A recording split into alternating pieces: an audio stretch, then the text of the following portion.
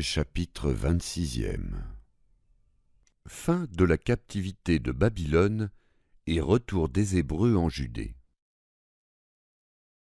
La captivité de Babylone dura 70 ans, après lesquels Cyrus rendit aux Juifs leur liberté.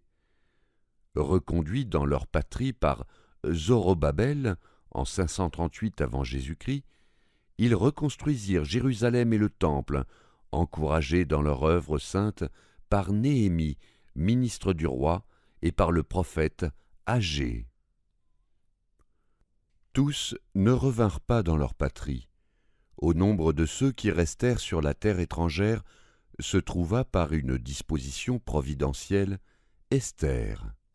Choisie comme épouse par le roi Assuérus, elle sauva son peuple de la destruction à laquelle le roi l'avait condamné à l'instigation de son ministre Aman, qui haïssait Mardochée, oncle de la reine.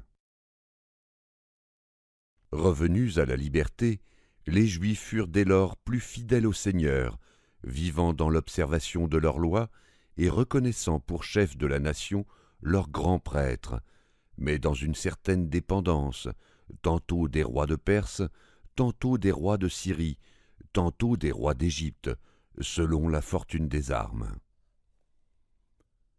Parmi ces rois, certains laissèrent les Juifs en paix, d'autres au contraire les persécutèrent pour les amener à l'idolâtrie. Le plus cruel et le plus tyrannique fut Antiochus Épiphane, roi de Syrie, qui porta une loi en vertu de laquelle, sous peine de mort, tous ses sujets devaient embrasser la religion païenne. Alors, beaucoup de Juifs consentirent à cette impiété, mais un plus grand nombre restèrent forts et se conservèrent fidèles à Dieu. Beaucoup d'autres enfin moururent d'un glorieux martyre.